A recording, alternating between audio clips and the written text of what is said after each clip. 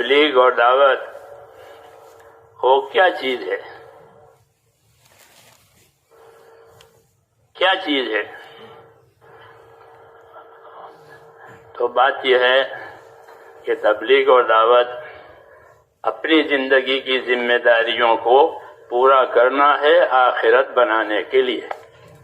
یہ تبلیغ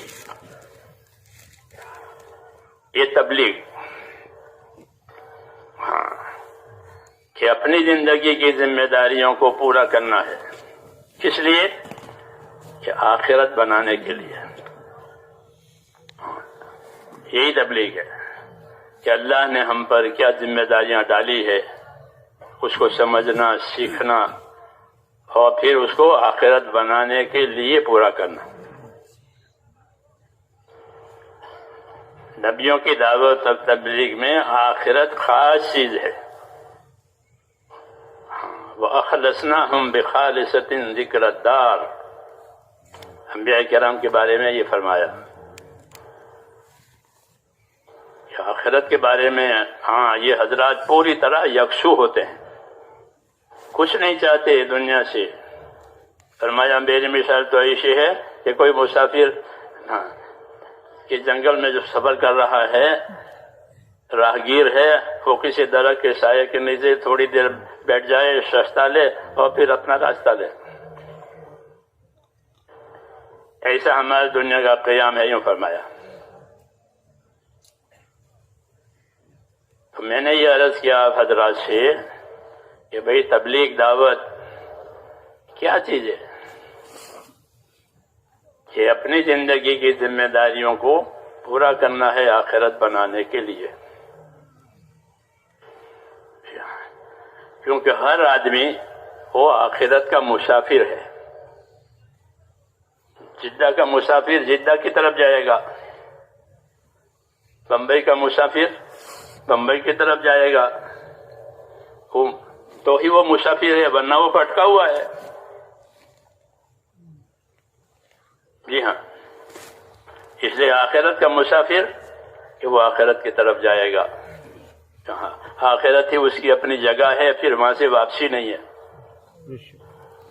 مسافر کی واپسی ہوتی ہے جب دنیا کا سفر کرے کہ دین کا سفر کرے، پھر واپس آتا ہے. مدار کی زندگی نہ گزارنی ہے، اس جگہ کو بناؤ.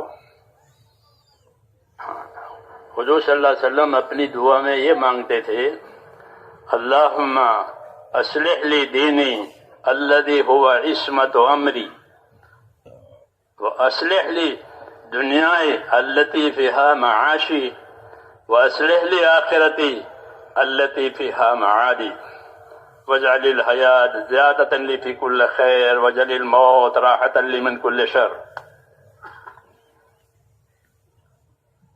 کہ اللہ میری دنیا سنوار دے،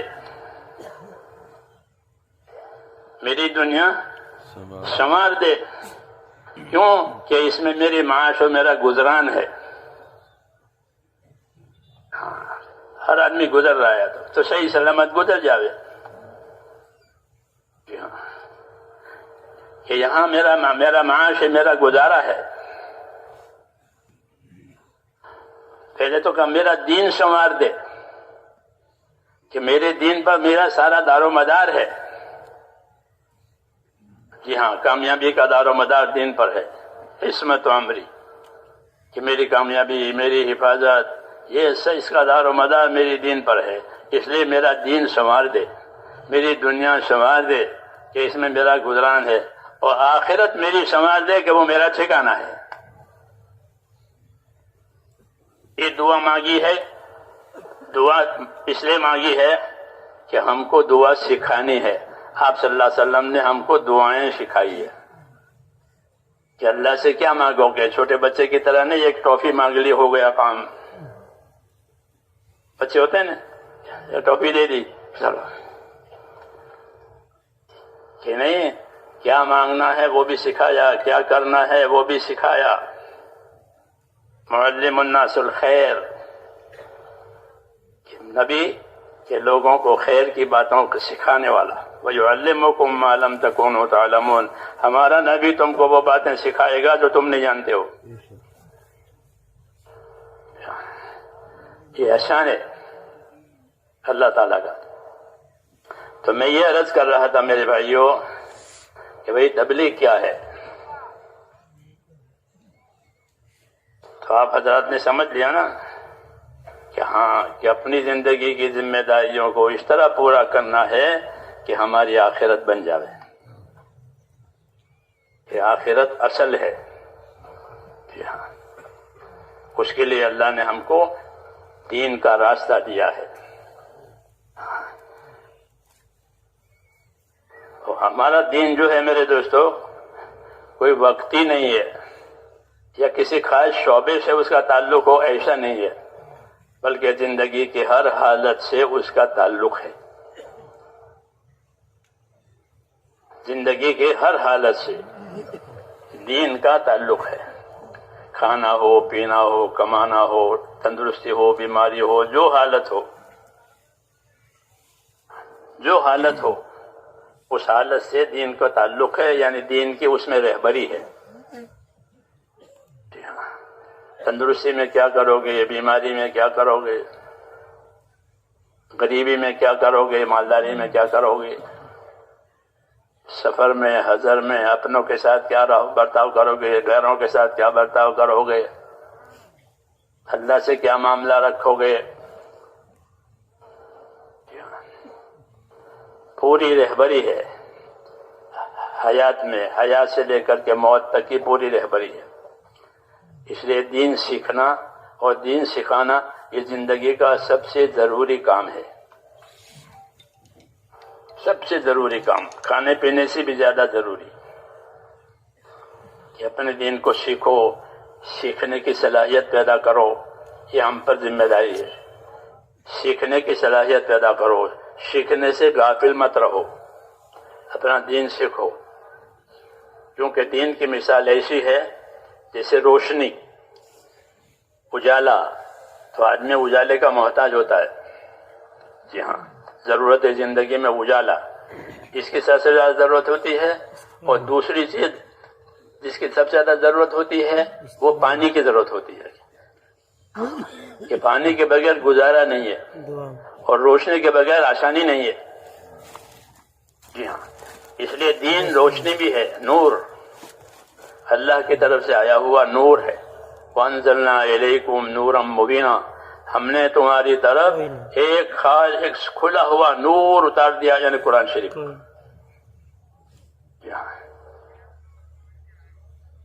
قرآن شریف نور ہے۔ جی ہاں، تو وہ نور، اس میں نور ہدایت ہے، ایک نور ضرورت ہوتا ہے، وہ چاند میں، سورج میں اور دوسری چیزوں میں وہ نور ہے، وہ ضرورت کا نور ہے کہ اس میں آپ کی ضرورتیں پوری ہوگی۔ جی ہاں، روشنی میں ایک نور ہدایت ہے، ہاں، وہ نور دل کو چاہیے، یہ روشنی آنکھوں کو چاہیے، کیونکہ یہ روشنی ہوگی تو آنکھیں کام نہیں کرے گی اندھیرے میں۔ ایسے ہی دلوں کے لیے روشنی ہے، وہ نور ہدایت ہے جو رسول صلی اللہ علیہ وسلم کو دیا گیا ہے۔ وَأَنزَلْنَا إِلَيْكُمْ نُورًا مُبِينًا قَدْ جَاءَ إِلَيْكُمْ وَأَنزَلْنَا إِلَيْكُمْ نُورًا مُبِينًا، اور رسول صلی اللہ علیہ وسلم کو بھی اللہ تبارک و تعالیٰ نے نور دے کر بھیجا ہے، یعنی آپ کے طریقے، آپ کی سنتیں، آپ کی طرف سے جو ہدایتیں ملی ہیں وہ بھی نور ہے۔ سنت کا نور سب سے زیادہ ہے، سنت کا نور۔ اس لیے عادات میں، عبادات میں ہمیں سنت طریقے سکھائے گئے ہیں کہ عادات میں بھی سنت طریقے کہ سیدھے ہاتھ سے اچھے کام کرو، ویسے کام دوسرے ہاتھ سے کرو، یہ سکھایا۔ عائشہ صدیقہ فرماتی تھی حضور صلی اللہ علیہ وسلم اپنا یہ دایاں ہاتھ اچھے کاموں میں استعمال ہوتا تھا، کسی کو دینا لینا کچھ، اور دوسرا کام ہے کوئی جوتی پکڑنا ہے، جوتی لینے ہاتھ، تو جوتی کون سے ہاتھ سے پکڑیں گے؟ یہ الٹے ہاتھ سے۔ یہ جو ایسی چیزیں ہیں اس کے لیے، کہ اس کے لیے بایاں ہاتھ، جو اچھی اچھی چیزیں ہیں اس کے لیے سیدھا ہاتھ۔ یہ سنت طریقے، آداب سے لے کر کے فرائض تک سب سنت طریقے سکھائے ہیں، کیونکہ اس سے زندگی میں نورانیت آتی ہے۔ سب سے زیادہ نورانیت کے قسم کے سنتوں کی پیروی میں. اس لیے حضور صلی اللہ علیہ وسلم کو اللہ تعالیٰ نے بھیجا ہے دو بڑی نعمتوں کے ساتھ. دو بڑی نعمتوں کے ساتھ بھیجا ہے، ایک ایمان ایک علم. ایک ایمان اور ایک علم. ایمان لا الہ الا اللہ محمد الرسول اللہ، یہ ایمان کا کلمہ ہے، کلمہ طیبہ ہے، اللہ سے تعلق کا کلمہ ہے، اللہ پر یقین، اللہ کی قدرت پر یقین، اس کے خزانوں کا یقین اس کلمے میں ہے. اور یہ کہ نفع کا، نقصان کا، عزت کا، ذلت کا، جتنے حالات ہیں ان تمام حالات کا مالک اللہ ہے. وہ تمام حالات اللہ کی طرف سے آئیں گے، اللہ کی طرف سے اٹھا لیے جائیں گے. جیسے موسموں کو اللہ لاتے ہیں، دن چھوٹے ہو گئے، آج کل رات بڑی ہو گئی، یہ حالت، اب اس کو اٹھا لیں گے، پھر دن بڑے ہو جائیں گے اور راتیں چھوٹی ہو جائیں گی. ایسے ہی جو انسانیت بچتی ہے ان کے حالات کبھی تنگ ہو جائیں گے، کبھی کھل جائیں گے. اب رات بہت لمبی ہے، آرام کرو، بہت لمبی. اس لیے کہا یہ لمبی لمبی راتیں ہیں، چھوٹے چھوٹے دن ہیں، کہ اس کو غنیمت باردہ بتایا کہ یہ غنیمت باردہ ہے، ٹھنڈی غنیمت. یعنی روزہ رکھو گے تو کوئی لمبا روزہ نہیں ہوگا، اور رات کو عبادت کرو گے تو بڑا موقع ملے گا، اور کوئی دقت نہیں. گرمی میں دقت ہوتی ہے، رات کی بھی دن کی بھی، رات چھوٹی ہو گئی، دن لمبے ہو گئے، گرمی ہو گئی، طبیعت میں اضمحلال اور کمزوری آ جاتی ہے. گرمی کی وجہ سے اعصاب بھی کمزور ہو جاتے ہیں، اس میں نہیں ہوتے. جی ہاں، یہ غنیمت باردہ. روزہ رکھو گے تو وہ بھی ہلکا ہوگا، عبادت کرو گے تو بڑا موقع ملے گا رات میں. تو اللہ کی طرف سے حالات آتے ہیں، یہ کھول دیتے ہیں، حالات تنگ کر دیتے ہیں. اور حکمت یہ ہے کہ حالات کو اللہ تعالیٰ امتحان کے لیے لاتے ہیں. ہاں، وَنَبْلُوكُمْ بِالشَّرِّ وَالْخَيْرِ فِتْنَةً، کہ ہم تمہارے لیے خیر اور شر کے حالات سے آزمائیں گے، تو دیکھیں گے کہ کون کتنا پابند ہے، کون کتنا متوجہ ہے. جی ہاں، کون کتنا متوجہ ہے مقصد کی طرف، کون کتنا پابند ہے مقصد پورا کرنے میں.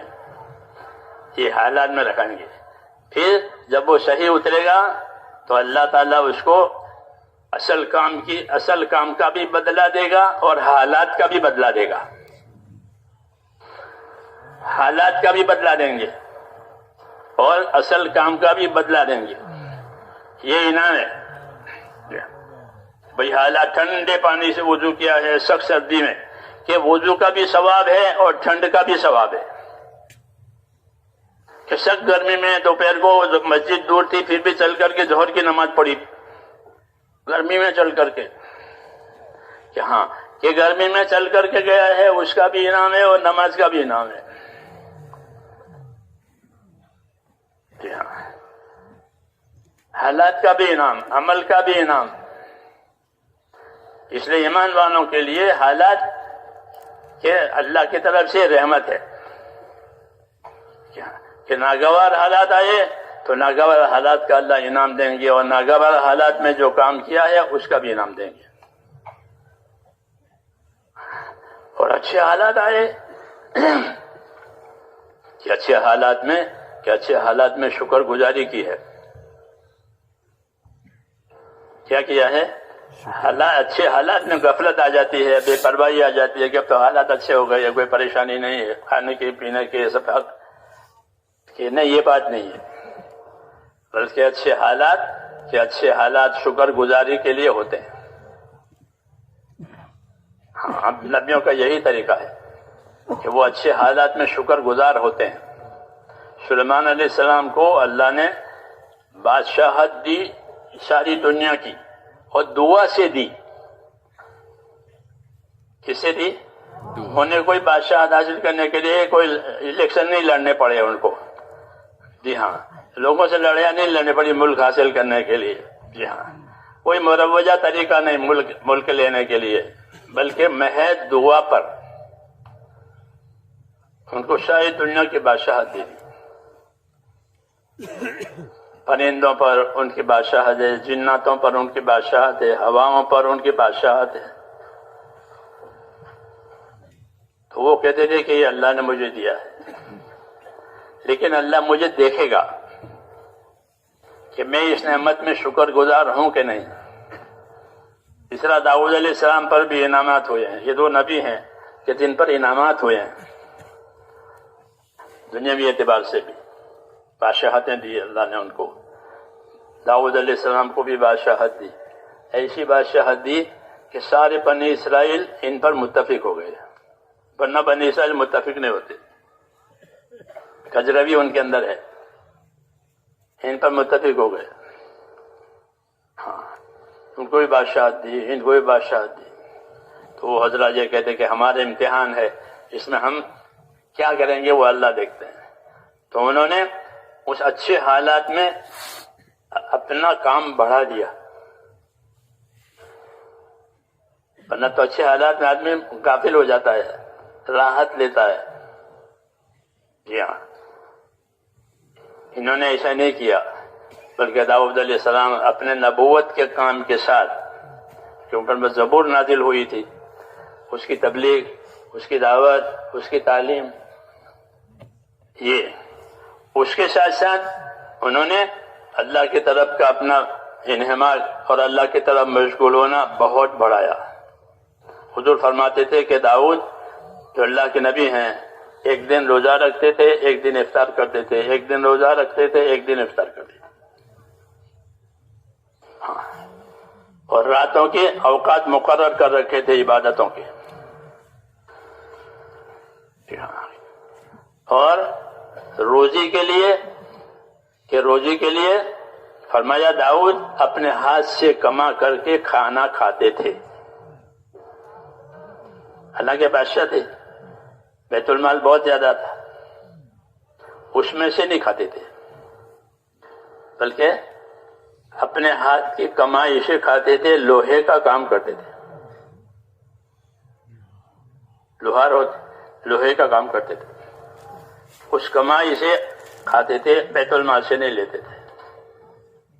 بیت المال لوگوں کے لیے، اپنے ہاتھ کی کمائی۔ کان یاکل بعمل یدہ، حدیث شریف میں کان یاکل بعمل یدہ، اپنے ہاتھ کی کمائی سے کھاتے تھے، بادشاہت بھی کرتے تھے، نبوت کا کام بھی کرتے تھے، عبادت بھی کرتے تھے۔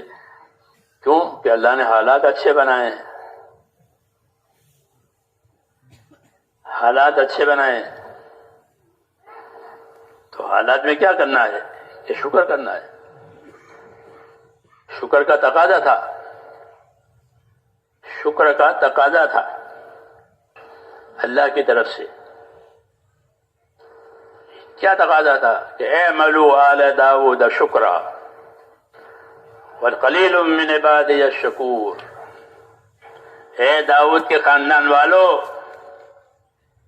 اپنی کارگزاری شکر والی بناؤ۔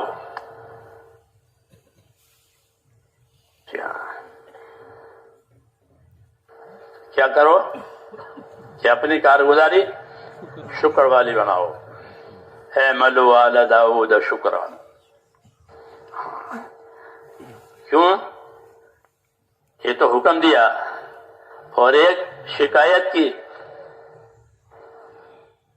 شکایت کیا کی کہ وَقَلِيلٌ مِّنْ عِبَادِيَ الشَّكُورُ، میرے بندوں میں شکر گزار تھوڑے ہی ہیں۔ سرکاری رپورٹ، اس سے زیادہ سچی رپورٹ کیا ہوگی کہ اللہ خود کہہ رہا ہے کہ میرے بندوں میں شکر گزار تھوڑے۔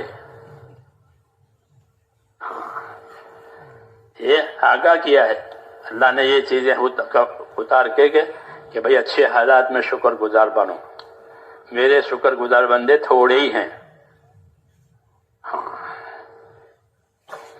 جی ہاں، یہ بڑی دعوت ہے، بڑی تنبیہ ہے کہ میرے شکر گزار بندے تھوڑے۔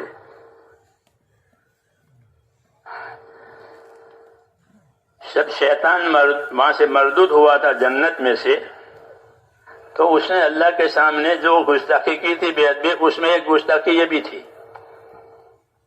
کہ میں آدم کی اولاد کو ایسا بہکاؤں گا کہ وہ تیرے شکر گزار بندے تھوڑے رہ جائیں گے، قلیلاً لا تجد، کہ شکر والے آپ تھوڑے ہی پائیں گے. یہ اللہ سے کہہ رہا تھا فلا تجد اکثرهم شاکرین، کہ آپ اولاد آدم میں اکثریت کو شکر گزار نہیں پائیں گے، ایسا بنا دوں گا.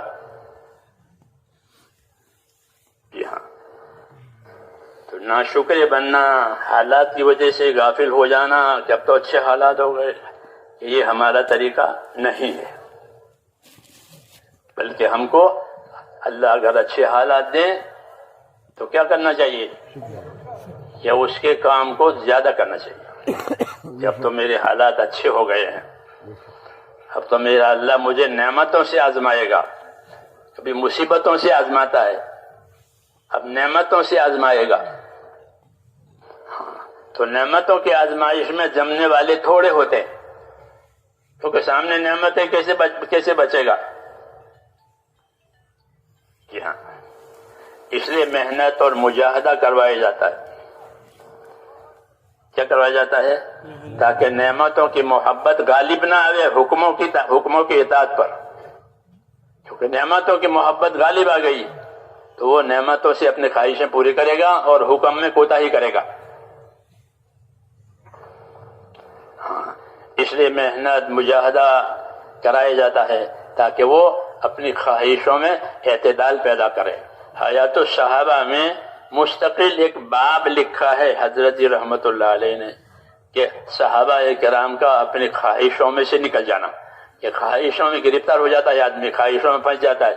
وہ حضرات اپنی محنتوں سے اس میں سے نکل گئے. اب خواہشوں کا کوئی بند ان پر نہیں ہے، وہ اپنے خواہشوں کے مقابلے میں حکموں پر آ گئے. مولانا الیاس رحمۃ اللہ علیہ ترغیب دیتے تھے نکلنے کی. اس میں یہ ارشاد فرماتے تھے کہ اللہ کے راستے میں ایسے پھرو ایسے پھرو ایسے پھرو کہ کوئی چیز معلوفات اور مرغوبات میں سے تمہیں اپنی طرف نہ کھینچے، اپنی پسندیدہ چیزوں میں سے کوئی چیز تمہیں اپنی طرف نہ کھینچے. ایسے بنو، آئے گی اللہ کی طرف سے اچھی چیزیں بھی آئے گی، من پسند چیزیں بھی آئے گی، وہ تو دیں گے اللہ تعالیٰ، مگر وہ چیزیں تمہیں کھینچے نہیں اپنی طرف، بلکہ تمہیں اپنا دین کھینچے. ایسے بنو. نعمتوں کو اللہ نے حرام نہیں کیا ہے، بلکہ نعمتیں ہمارے لیے ہے. جی ہاں، نعمتیں ہمارے لیے، لیکن اس میں اللہ کے حکموں کی رعایت کے ساتھ کرنے کے لیے اپنی تربیت کرنی پڑتی ہے. کیا کرنی پڑتی ہے؟ کہ اپنی تربیت کرو، اللہ کے راستے میں ایسی محنت کرو کہ نعمت کا غلبہ کم ہو جاوے، حکم کا غلبہ زیادہ ہو جاوے. جیسے روزہ دار ہوتا ہے، وہ نعمتیں نہیں کھاتا روزے میں، وہ صبر کرتا ہے، اس کا صبر جو ہے وہ نعمتوں کے مقابلے میں ہے. خواہشوں کے مقابلے میں جو صبر ہے وہ روزے میں ہے. جی ہاں، اس لیے اللہ نے فرمایا کہ روزہ میرے لیے ہے اور میں اس کا بدلہ دوں گا. کہ وہ نعمتوں کے مقابلے میں صبر کر رہا ہے. کہ کھانا پینا جتنی چیزیں منع ہے سب، جب تک کہ افطار نہ ہو جائے. یہ تربیت کی بات ہے اللہ کی طرف سے. کیوں؟ کہ اس طرح ہونے سے دین آسان ہو جاتا ہے. دین آسان کہ اب کوئی چیز کھینچ نہیں رہی ہے. جی ہاں، نہیں تو پھر آدمی کا استقامت اور آدمی کی پابندی جو ہے وہ ٹوٹ جاتی ہے. جب محنت میں نہیں ہوتا تو وہ پابند بھی نہیں ہوتا. ہاں، فرائض غائب ہو جاتے ہیں، حرام میں پھنس جاتا ہے. کیوں؟ کہ پابندی کی طاقت نہیں ہے. حرام کے مقابلے میں صبر کرنا پڑتا، وہ صبر نہیں ہے تو حرام میں پھنس جاتا ہے. فرض ادا کرنے کے لیے طاقت چاہیے، وہ طاقت نہیں ہے تو فرض میں کوتاہی ہو جاتے ہیں، نماز قضا ہو گئی. اب اللہ پاک نے اس محنت میں یہ اثر رکھا ہے کہ جب یہ محنت صحیح ہوتی ہے تو اتنا تو ضرور ہوتا ہے کہ وہ فرائض کا پابند ہو جاتا ہے. اس کا فرائض کا پابند ہو گیا. نمازی بڑھ گئے محنت سے ساری دنیا میں. حاجی بڑھ گئے، صدقہ خیرات کرنے والے بڑھ گئے، فرائض آیا، یہ بڑا انعام ہے۔ حرام سے بچنے والے پیدا ہو گئے، ہاں اپنی اپنی سمجھ صلاحیت کے مطابق دیکھ کہ یہ چیز میری زندگی میں حرام ہے تو نکال دیا اس کو۔ اور یہ بڑی بات ہے، بڑی بات اس وجہ سے ہے کہ کوئی آدمی اللہ تعالیٰ کا مقرب بندہ بن نہیں سکتا جب تک کہ اللہ کے فرائض کو اچھی طرح ادا نہ کرے۔ فرائض کو چھوڑے بغیر کوئی اللہ سے قریب نہیں ہو سکتا۔ سب سے زیادہ اللہ کی رحمتوں سے اور قبولیت سے قریب ہونے میں اللہ کے فرائض کو بڑا دخل ہے۔ جتنے اللہ کے فرائض ہیں اگر اس کو برابر ادا کرا وہ اللہ کا مقرب بن جائے گا۔ ایک بات تو یہ ہوئی کہ فرائض کے ادا کیے بغیر کوئی آدمی اللہ کا مقرب نہیں ہو سکتا، حدیثوں میں ہے یہ۔ دوسرا حرام سے بچنا، کہ حرام سے بچنا کہ بڑی طاقت چاہتا ہے کس کے؟ ایمان کی۔ خدا کے خوف کے بغیر حرام سے بچنا آسان نہیں ہے۔ اللہ کا خوف ایسی چیز ہے کہ جو اس کو حرام سے بچاوے۔ جب اللہ کے راستے میں پھریں گے، وعدہ وعید سنیں گے، محنت کے ساتھ سنیں گے، محنت کے ساتھ سنائیں گے تو قدرتی طور پر یہ طاقت پیدا ہوتی ہے کہ حرام سے بچنے کی استعداد پیدا ہوتی ہے۔ کہ میں حرام کاروبار تھا، پھر کیا ہوا کہ میں جماعت میں گیا، پھر چھوڑ دیا، حلال کاروبار ہے وغیرہ وغیرہ۔ اس کی ایسے حالات ملیں گے آپ کو امت میں، کہ گھر میں سے حرام نکال دیا، زندگی میں سے حرام نکال دیا۔ اور حرام سے بچنا بڑی عبادت، معمولی نہیں۔ حرام سے اپنے آپ کو بچانا بڑی عبادت۔ اتق المحارم تکن اعبد الناس، کہ تو حرام سے اپنے آپ کو بچا لے پھر تو خدا کا سب سے بڑا عبادت گزار ہے۔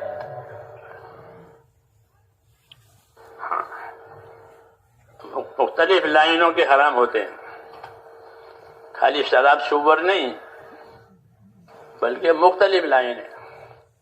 اللہ کے محرمات، اللہ کے منع کی ہوئی چیزیں ہیں، ان سے بچنا ضروری ہے، ان سے دور رہنا ضروری ہے۔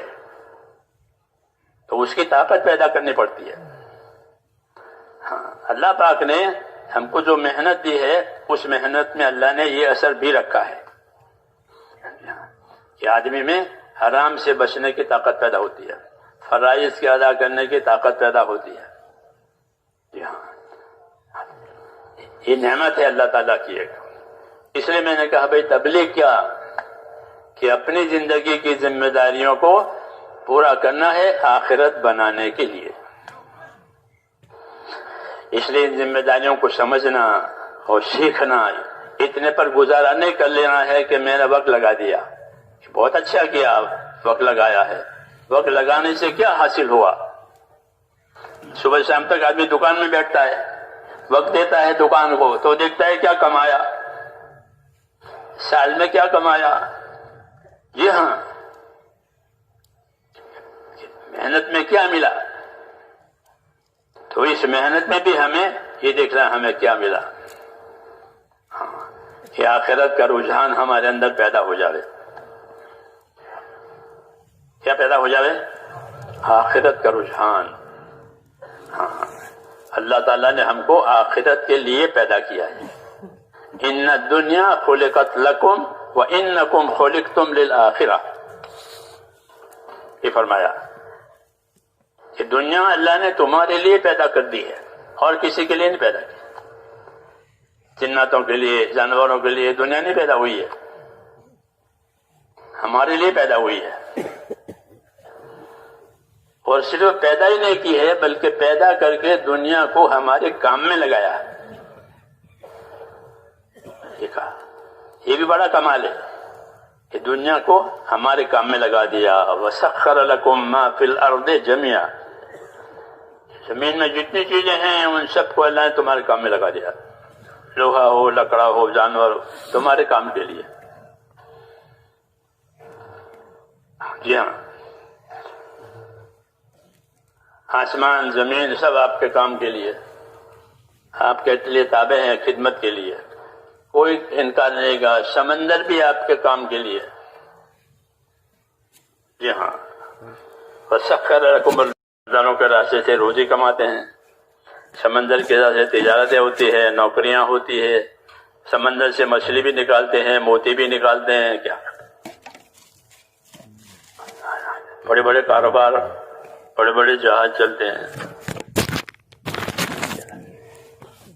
کیوں کیا جائے گی؟ اس نے عبادت کا حکم دیا ہے، مدد کا وعدہ کیا ہے، دعا کا حکم دیا ہے، قبول ہونے کا وعدہ کیا ہے.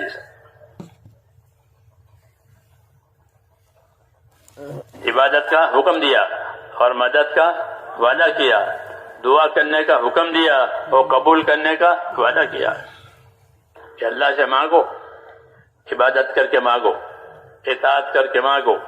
ہاں، اس سے اللہ تعالیٰ رحمتوں کے حالات لاویں گے. عبادت اور اطاعت دنیا میں اور آخرت میں رحمتوں کے حالات لانے کا ذریعہ ہے.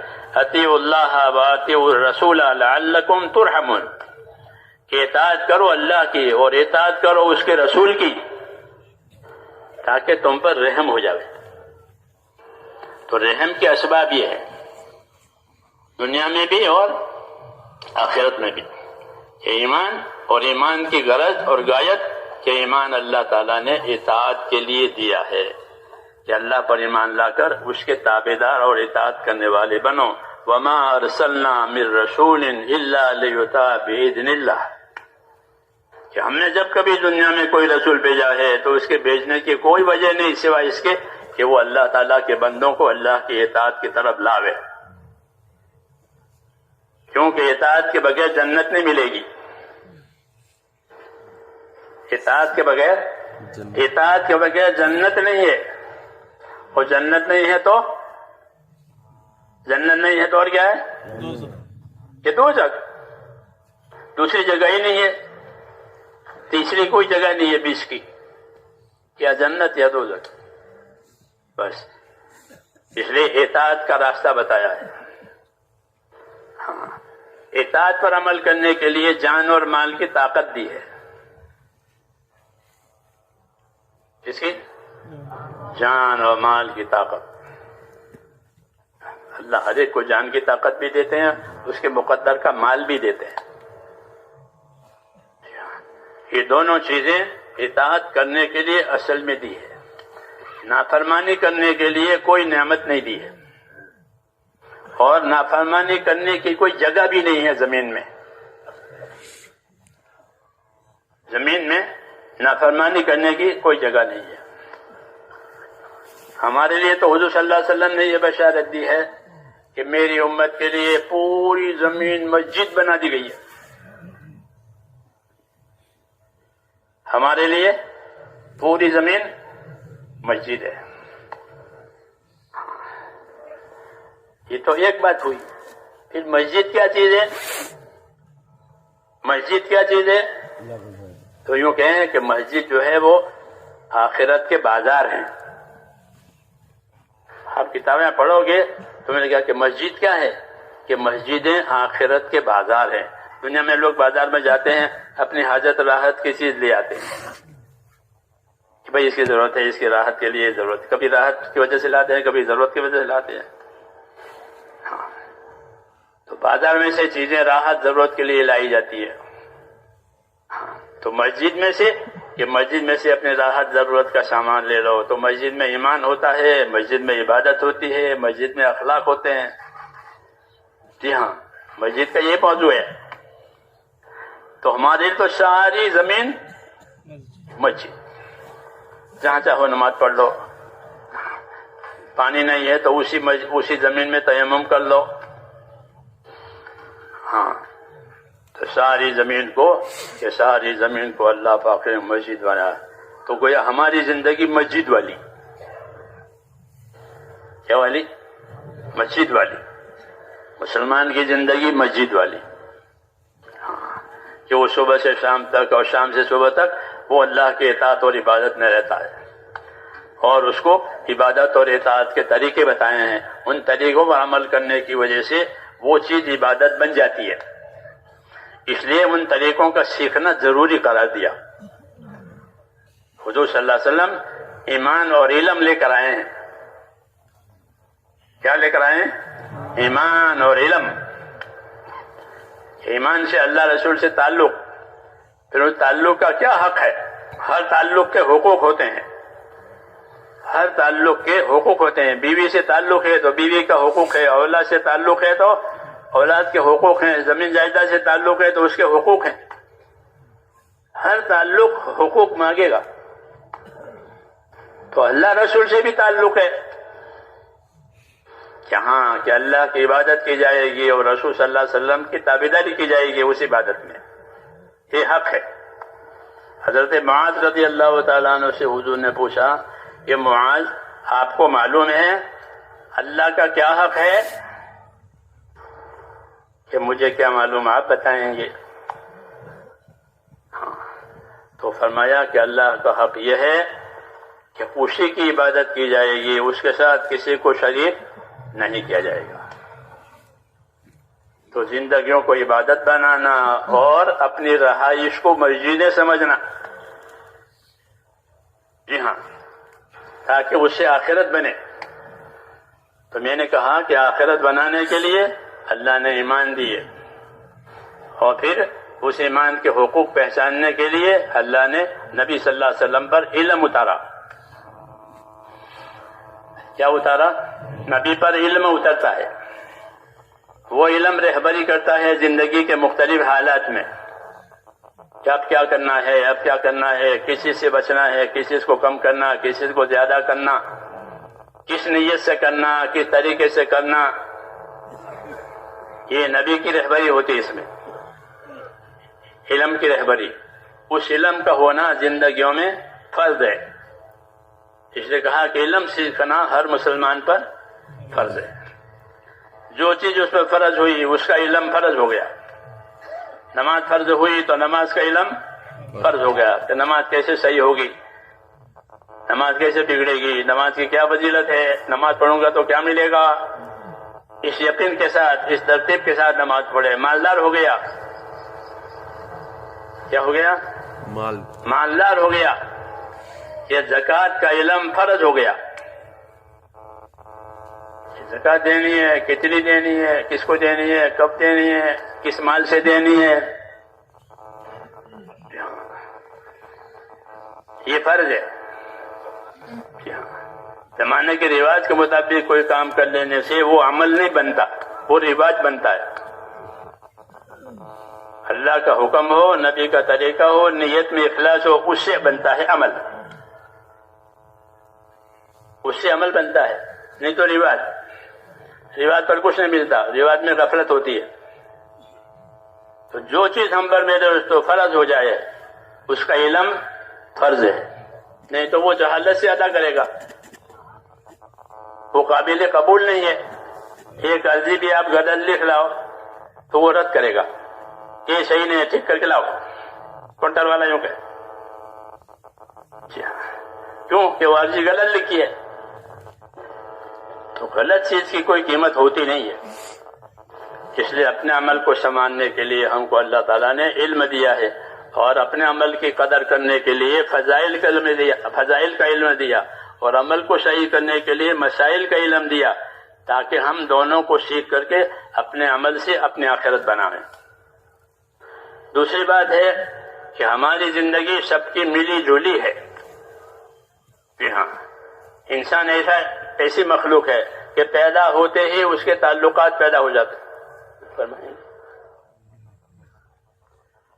پیدا ہوتے ہی اس کے تعلقات پیدا ہو جاتے ہیں. حیوانوں کے تعلقات نہیں پیدا ہوتے، انسانوں کے تعلقات پیدا ہوتے ہیں. جی ہاں، حیوانوں کے نہیں ہوتے. کون ماں کون باپ، وہ جب پرندے کا بچہ اڑنے والا ہو گیا تو وہ اڑ جاتا ہے، کون ماں کون باپ کچھ نہیں. اس طرح ہر جانور میں. آپ کا ایسا نہیں ہے، آپ سے بہت تعلقات ہیں، بہت تعلقات. اس لیے ان تعلقات میں کیسے رہو گے اس کا علم دیا ہے. کیونکہ آدمی تعلقات کے بارے میں یا تو ظالم بنے گا، کیا بنے گا؟ یا ظالم بنے گا، یا محسن بنے گا یعنی احسان کرنے والا بنے گا، دونوں میں سے ایک بات ہوگی، یا کم سے کم بچنے والا بنے گا، یہ تیسرا، کہ نہ کسی پر احسان ہوا نہ کسی پر ظلم، اپنی حفاظت کر لی، یہ بھی غنیمت۔ ہاں اس لیے ہم کو علم دیا ہے، جی ہاں، کہ اپنا اللہ کی مخلوق کے ساتھ کیسے رہو گے۔ تو دو باتیں بنیادی بتائی مخلوق کے بارے میں، مخلوق کے بارے میں دو باتیں بنیادی بتائی۔ وہ دو باتیں بنیادی کیا ہیں؟ ان اللہ یامر بالعدل والاحسان، یہ بنیادی بات ہے مخلوق کے ساتھ، کہ اللہ نے حکم دیا ہے تم کو کہ کس چیز کا؟ کہ انصاف کرنے کا، احسان کرنے کا۔ کہ مخلوق کے ساتھ کیسے رہو گے؟ کہ مخلوق کے ساتھ انصاف سے رہیں گے۔ کیسے رہیں گے؟ انصاف کے ساتھ، یعنی جو چیز اپنے لیے پسند کرو گے وہی دوسروں کے لیے پسند کرو گے، جو چیز اپنے لیے ناپسند کرو گے وہ دوسروں کے لیے ناپسند کرو گے۔ کہ جب تو ایسا بن گیا کہ جو چیز اپنے لیے پسند کرتا ہے وہی بھائی کے لیے پسند کرتا ہے، یا جو اپنے لیے ناپسند کرتا ہے وہ اپنے بھائی کے لیے ناپسند کرتا ہے، تو مومن ہو گیا۔ ہاں تو مومن ہو گیا۔ یہ انصاف کا درجہ ہے کہ جو چیز اپنے لیے پسند کرو وہی دوسروں کے پسند کرو، جو چیز اپنے لیے ناپسند کرو دوسروں کے لیے ناپسند۔ یہ کیا ہوا؟ انصاف۔ اعدلوا هو اقرب للتقوى، انصاف کرو کہ یہ تقوی کا جو ہے وہ انصاف جو ہے تقوی سے قریب ہے، کہ اس سے آدمی متقی بنتا ہے، جتنا متقی ہوگا اتنا انصاف کرنے والا ہوگا۔ ہاں کہ اس کو اندر ڈر ہے کہیں کسی کی طرف سے میرے اوپر کوئی نہ ہو جائے، اس لیے جو اپنے لیے پسند کرے گا وہ دوسرے پسند کرے گا۔ یہ عام مخلوق کے ساتھ ہے،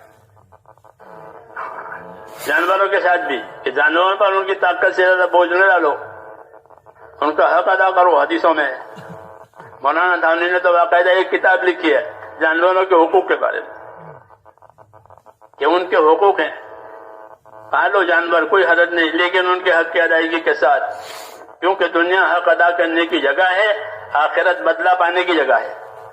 جو حق ادا کر کے جائے گا وہ بدلہ پائے گا۔ کتے کو بھی پانی پلا دے تو جنت میں جاوے۔ جی ہاں، تو ایک حکم ملا ہے انصاف کرنے کا،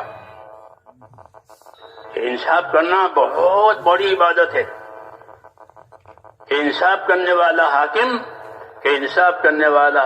اللہ کے عرش کے سائے کے نیچے ہوگا، اور انصاف کرنے والے حاکم کی دعائیں قبول ہوتی ہے، جیسے روزہ دار کی افطار کے وقت میں قبول ہوتی ہے، اس کی دعا قبول ہوتی ہے کہ اللہ کا مقرب بندہ ہو گیا۔ کیوں؟ کہ یہ انصاف سے رہتا ہے، انصاف کر کے لوگوں کے حقوق کی حفاظت کراتا ہے۔ ہاں یہ تو مخلوق کے ساتھ کیسے رہو گے؟ کہ انصاف کے ساتھ، جو اپنے لیے پسند کریں گے وہ دوسروں کے لیے پسند کریں گے، جو اپنے لیے ناپسند کریں گے وہ دوسروں کو ناپسند۔ اور اس سے اگلا حکم کہ احسان کرنے کا حکم ہے، کہ انصاف کے ساتھ احسان کرو، یعنی اپنی طرف سے ان کو فائدہ پہنچاؤ اور ان سے کوئی فائدہ مت لو۔ فائدہ دے کر فائدہ پہنچانا یہ تجارت ہے، وہ تو ہے ہی دنیا میں، پیسے دو شکر لے لو، آپ کو شکر چاہیے کہاں کہ پیسے لو، پیسے دیے شکر مل گئی، پیسے دیے دودھ مل گیا، متاجرہ، پیسے دو مال دو پیسے لو، ایک شکل ضرورت پورا کرنے کے لیے۔ لیکن جو حقوق کی ادائیگی کے لیے احسان کرو، دوسروں کو معاف کر دو۔ کیا کر دو؟ معاف کر دو۔ معاف کرنا احسان ہے، بدلہ لینا جائز ہے، معاف کرنا احسان ہے، کہ معاف کرنا سیکھو، معافی دو لوگوں کو، درگزر کرو، اپنے سینوں کو صاف رکھو معاف کر کے۔ تو معاف کرے گا تو سینہ صاف ہو جائے گا، اب دل میں کچھ نہیں ہے، معافی ہو گئی، احسان۔ ایسے ہی اپنی جان مال سے دوسروں کو نفع پہنچاؤ، ان سے نفع کی امید مت رکھو۔ یہ مخلوق کے ساتھ انصاف کے ساتھ رہنا احسان دو طریقے سے ہوتے ہیں، دینی بھی دنیاوی بھی۔ دنیاوی احسان تو مشہور معروف ہے، بھائی کھلاؤ پلاؤ، ضرورت مند ہے ضرورت پوری کرو، تکلیف میں ہے تو اس کی تکلیف دور کرو، یہ ہے، اس کا رواج ہے دنیا میں۔ اور دینی احسان، کہ دین احسان ہے کہ اس کے ساتھ احسان کرو اور اس کو دین سکھاؤ، دین سے دور ہے تو دین پر لاؤ، دین سے دور ہے بھائی تو کیا کرو کہ اس کو دین پر لاؤ، یہ اس کے ساتھ احسان ہے،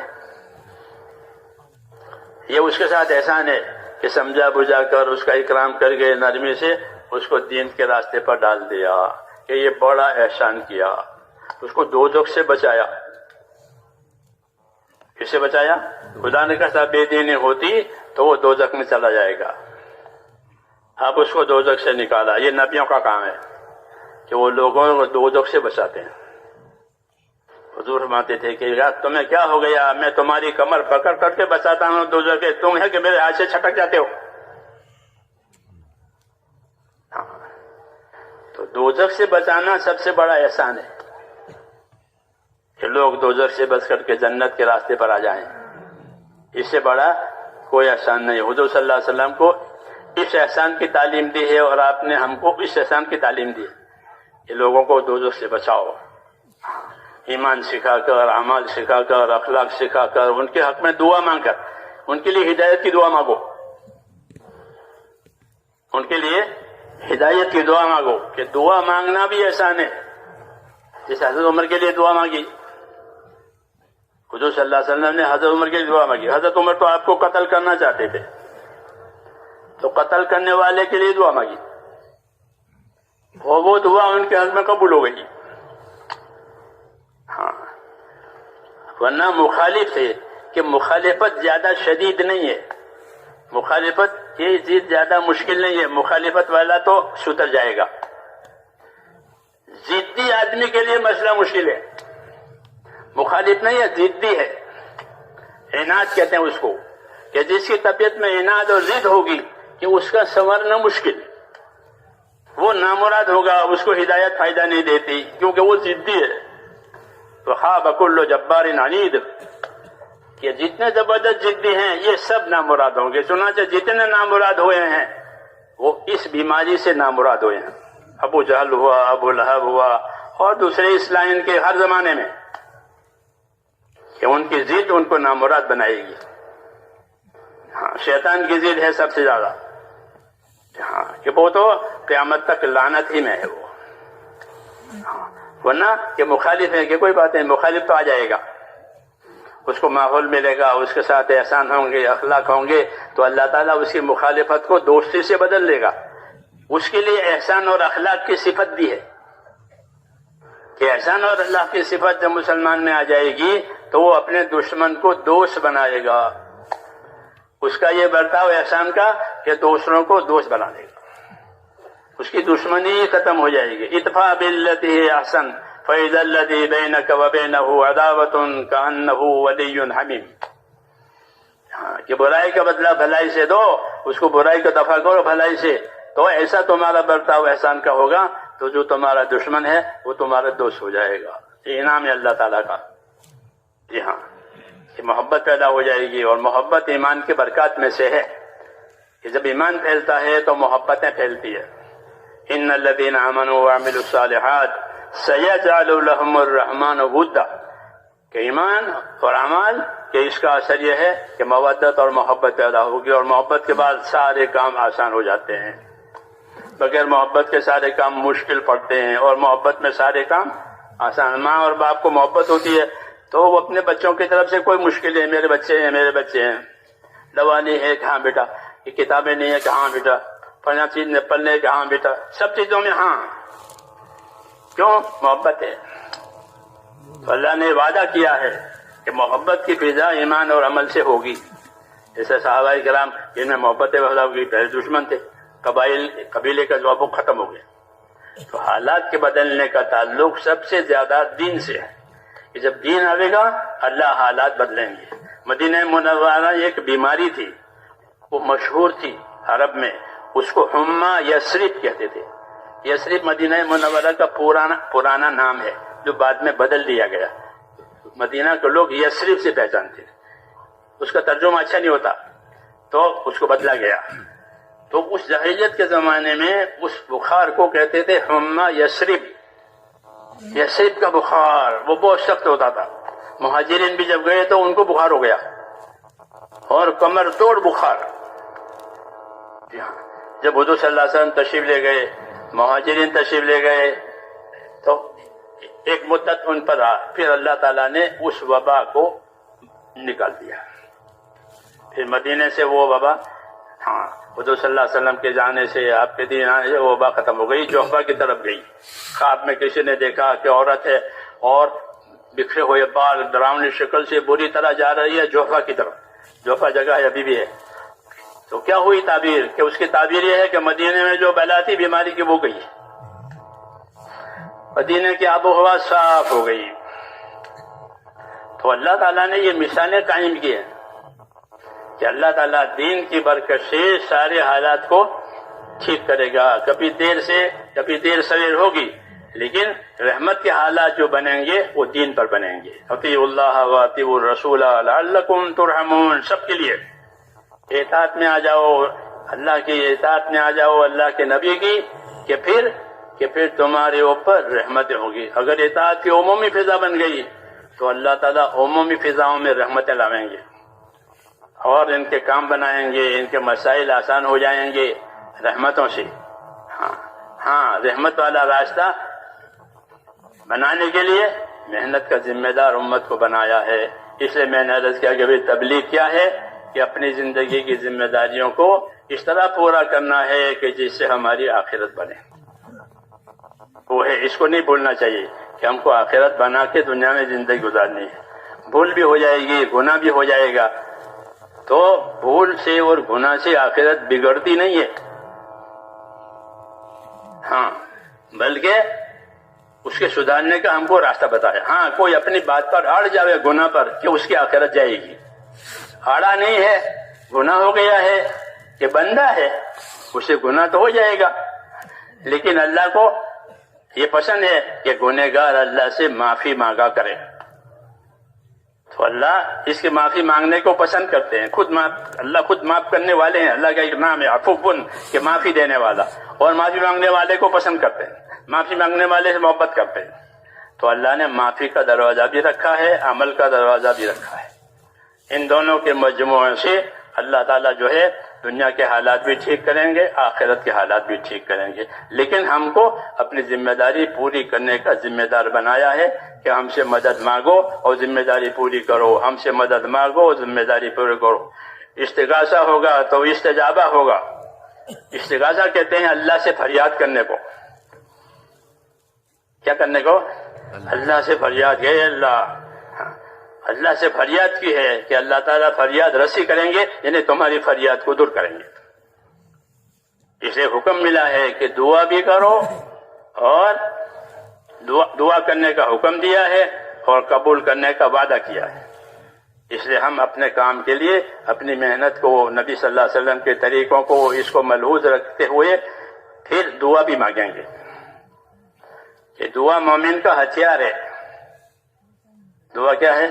کہ دعا مومن کے واسطے اللہ نے ایک ہتھیار دیا ہے. مسافر کو, جنگل میں جانے والوں کو اپنے پاس کچھ ہوتا ہے, لکڑی ہوتی ہے, ہتھیار. کوئی بات پیش آ گئی تو ہتھیار ہوتا ہے. تو حالات کا مقابلہ کرنے کے لیے دعاؤں کا ہتھیار دیا ہے کہ تمہارے پاس حالات آئیں گے تو کیا کرو کہ دعا مانگیں گے. کہ بیماری آئی تو یونس علیہ السلام نے دعا مانگی تو بیماری اچھی ہو گئی. اور کہ فرعون کے ظلم ہوئے تو موسیٰ علیہ السلام نے دعا مانگی. کہ اولاد نہیں ہے تو زکریا علیہ السلام نے دعا مانگی. تو دعاؤں سے بڑے بڑے مسئلے حل کروائے نبیوں نے. اس کے قصے قرآن پاک میں, اس کے قصے قرآن پاک کے دعاؤں سے اللہ نے بڑے عیسیٰ علیہ السلام نے آسمان سے دسترخوان اتروایا دعا مانگ کر کے. ان کے ساتھیوں نے کہا تو آسمان سے دسترخوان اترا.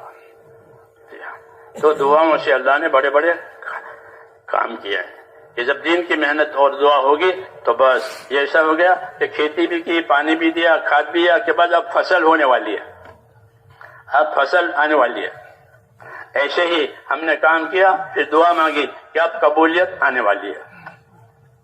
اس لیے نبیوں کے ہاں اپنا دین کا کام، اور پھر اپنے گناہوں کی معافی کے ساتھ اللہ سے دعائیں مانگنا۔ ہر کام کے لیے دعا مانگو، ہر کام کے لیے دعا مانگو۔ ہاں، یہ دعا مانگنے سے تمہارے مسئلے حل ہو جائیں گے۔ نبیوں کے پاس دعا ہوتی تھی، اپنا کام ہوتا تھا، دعا ہوتی تھی، اپنا کام ہوتا تھا۔ ہاں، کہ کوئی بے کسی آئی کہ بے کسی میں دعا مانگی۔ ہاں، نوح علیہ السلام نے دعا مانگی، یا اللہ اتنے سال ہو گئے کوئی میری سنتا نہیں، بڑی بے کسی ہے، انی مغلوب فانتصر، میں مغلوب ہو گیا ہوں، مجھے دبا دیا گیا ہوں، اب تو بدلہ لے لے۔ تو اللہ نے بدلہ لے لیا۔ موسیٰ علیہ السلام دعا مانگی، پھر ان سے ڈر کر آئے تھے، بھاگ کر کے مصر سے، راستہ بھول گئے، مدین کے راستے پر آ گئے، راستہ بھی نہیں ہے، مسافر ہے، کھانا بھی نہیں ہے، تو ابا بھی دعا مانگی، رب انی لما انزلت الی من خیر فقیر، اے اللہ یہ میں سال میں ہوں، تیرے طرف سے جو بھی خیر آئے آج مجھے اس کی ضرورت ہے۔ تو دعا پر ان کے سارے مسئلے ہو گئے۔ ہاں، یہ دعا پر ٹھکانہ ہو گیا۔ شعیب علیہ السلام کے گھر چلے گئے، ان کی بیٹی سے شادی بھی ہو گئی، نوکری بھی مل گئی۔ پردیش میں جاب چاہیے نا، جاب، یہ پردیش میں جاب چاہیے۔ ہاں، وہاں تو کوئی خاندان ہے نہیں، تو لوگ پردیش جاتے ہیں، جاب تلاش کرتے ہیں، تو اب ان کو جاب بھی مل گیا۔ ہاں، کہ تم ہماری بکریاں چلاؤ گے 20 منٹ بعد۔ ہاں، کتنے سال کے؟ 8 سال۔ ہاں، تو 8 سال کی گارنٹی ہو گئی۔ اس سے آگے کہ بیوی بھی مل گئی، کہ شعیب علیہ السلام نے اپنی بیٹی کا نکاح بھی کر دیا، پھر آخر میں نبوت بھی مل گئی، اور کیا چاہیے؟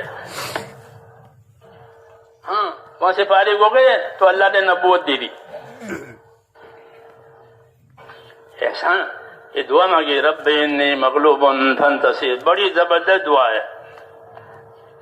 پریشان ہے، رب انی لما انزلت الی من خیر فقیر، موسیٰ علیہ السلام، رب انی لما انزلت الی من خیر فقیر، یہ مانگو، بے کسی سے نہ گھبراؤ، اللہ سے مانگو، رب انی لما انزلت الی من خیر فقیر، اللہ جو خیر آج تیری طرف سے آئے مجھے اس کی ضرورت ہے۔ تو پھر اللہ اس خیر سے محروم نہیں کرتے۔ اسے نبیوں کی دعا ہم کو سکھائی ہے، اور نبیوں کے کام بھی بتائے ہیں، کہ نبیوں کے کام، نبیوں کی دعائیں، نبیوں کے کام، نبیوں کی دعائیں، کہ جب دین کی محنت کرنے والے صحیح معنی میں اپنی جان مال قربان کر کے دعائیں مانگیں گے، تو بتایا کہ ان کی دعاؤں میں اللہ ایسی قبولیت ڈالیں گے جیسے نبیوں کی دعاؤں میں قبولیت ہوتی ہے۔ بشارت ہے، نبی نہیں بنیں گے، صحابی نہیں بنیں گے، لیکن دعا میں قبولیت کا انعام مل جائے گا۔ جی ہاں، یہ بشارت ہے اللہ کی طرف سے۔ اس لیے میرے بھائیوں، اپنی ذمہ داری پوری کرنے کے لیے اللہ سے مدد بھی مانگنے کہ ہم ذمہ داری پوری کر پائیں، ورنہ اللہ کی مدد کے بغیر کیسے پورا ہوگا؟ اس لیے دعا سیکھنی ہے، اور موقع کی دعائیں یاد کر کے وہ مانگتے رہنا ہے، اور تقاضے کے مطابق اپنے آپ کو عمل پر بھی ڈالنا ہے، اس سے انشاءاللہ آخرت بن جائے گی۔ تو اس کے لیے تیار ہیں انشاءاللہ۔